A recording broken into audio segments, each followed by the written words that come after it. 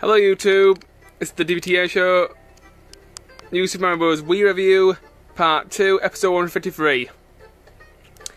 If you haven't watched Part 1 yet, go back and watch it. I covered story, multiplayer, graphics, controls, music and gameplay, and some of the good stuff in this game. So if you haven't watched Part 1 yet, go back and watch it. Let's pick up left off. I was just about to talk about how you can share power-ups, which is quite helpful and really cool when you're playing with friends. Basically, what you do is you, let's say one of your friends has just picked up a power star, you run over to them really quickly, and then if you pick them up by holding down 1 and shaking the Wii remote, you can share their power up, which is really useful. And the player on the bottom of the player who's carrying the other player basically controls the two characters simultaneously, and then you just let go of 1 and they can drop the other character, but careful where you drop them because it sort of froze and it can be a little bit irritating. You can also do this with the fire flower, so you can basically make a totem pole of characters where you can shoot several fireballs whilst moving, which can be quite helpful. You can do this with the ice flower, and that's pretty much it. But sharing power-ups can be quite helpful, especially if you want to share the propeller hat, so you can reach certain areas in the game which you couldn't reach before without having to get 2 propeller hats, of course.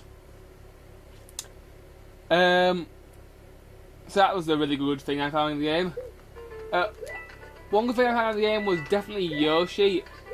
He only appears in certain levels, and at the end of the level, once you finish using him, he disappears, which is kind of sad because you can't exactly transport him to new levels, which is kind of a shame.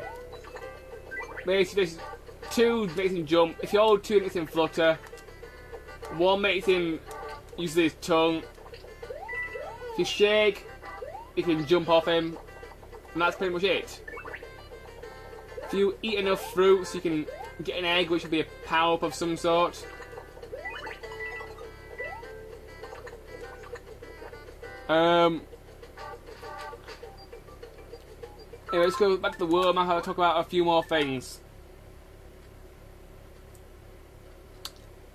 One of the newer things I've added into the game is the super guide. The super guide is basically, let's say if you die 8 times in one level and you're really struggling, the game will bring up a little menu once you restart the level saying, would you like to use the super guide, yes or no. If you hit yes, the game will basically take control of the controller for you and beat the level for you. The game will take a while because the game will basically go slow and steady, and it will eventually beat it for you. The game will not collect star coins for you, so you will have to go back and do those yourself. But it is quite useful if you're a beginner at these sort of games. And the other thing that I've added into the game this time is help videos. Basically, the help videos, they unlock videos that give you hints. There are quite a lot of them. There's quite a lot of different types.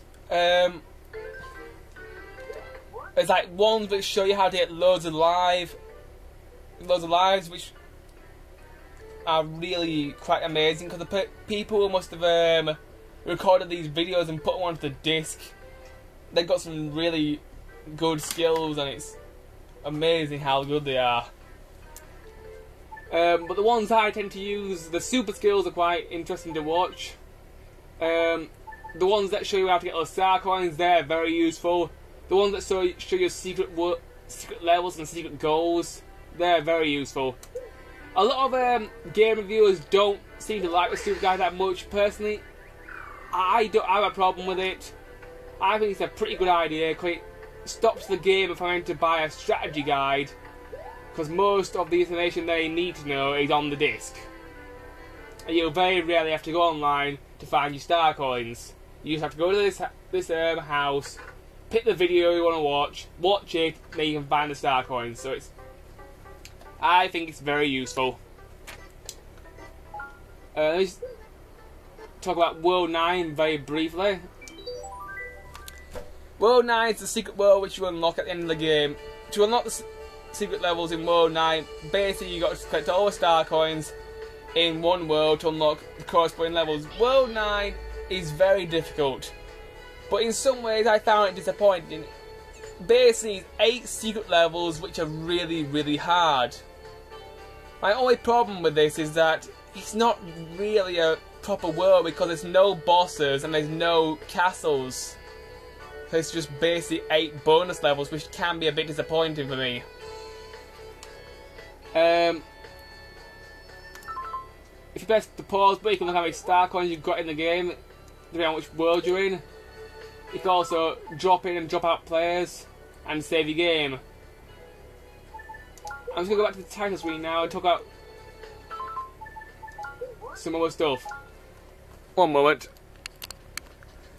Okay, I've gone back to the file select screen. There are 2 modes which I haven't talked about yet, I'll just talk on briefly. There's free play mode, where basically you can play any level in the game you like in multiplayer, and it's basically a competition, who can get the highest score wins.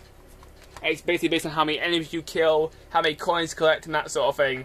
It can be quite a lot of fun. The next one is Coin Battle, which is a new multiplayer mode, which is basically who gets the most coins wins. And both modes can be quite fun, although me and Adam hasn't really played that much of them. But other than that, there's very little more to talk about, so let's go on to my complaints.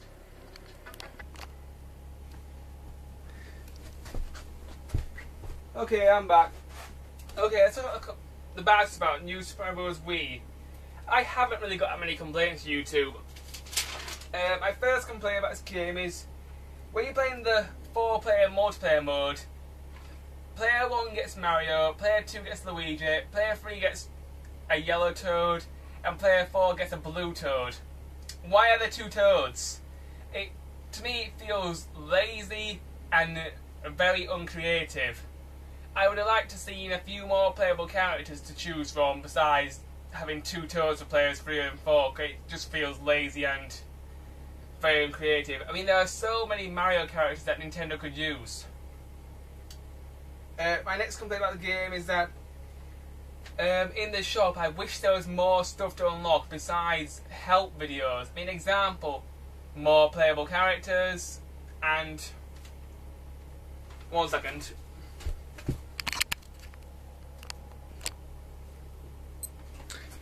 Okay, I'm back. So, let's pick up where I left off. I was just about to talk about my second complaint. I would have liked to have seen more stuff that you could basically get by collecting star coins. I mean, help videos are nice, but I would have liked to see maybe the ability to unlock more playable characters, so you had to just have 2 Toads all the time, which was kind of annoying. I would like to see maybe a way to unlock new modes. I mean, example, how about a mode where you can play as Bowser and Baby Bowser, and instead of having Mario save the princess, Bowser has to find Mario and get his castle back. You know, some new modes would have been nice as well. Possibly a mode where you could play as Bowser, which I thought would be really cool. But other than that, New Super Mario Bros. Is a really good game for the Wii. And it's definitely worth buying and definitely worth playing. I give this game a 4.5 out of 5. My next review will be Super Mario RPG Legend of the 7 Stars. But I haven't got time for that today, so I'll see you then. Bye.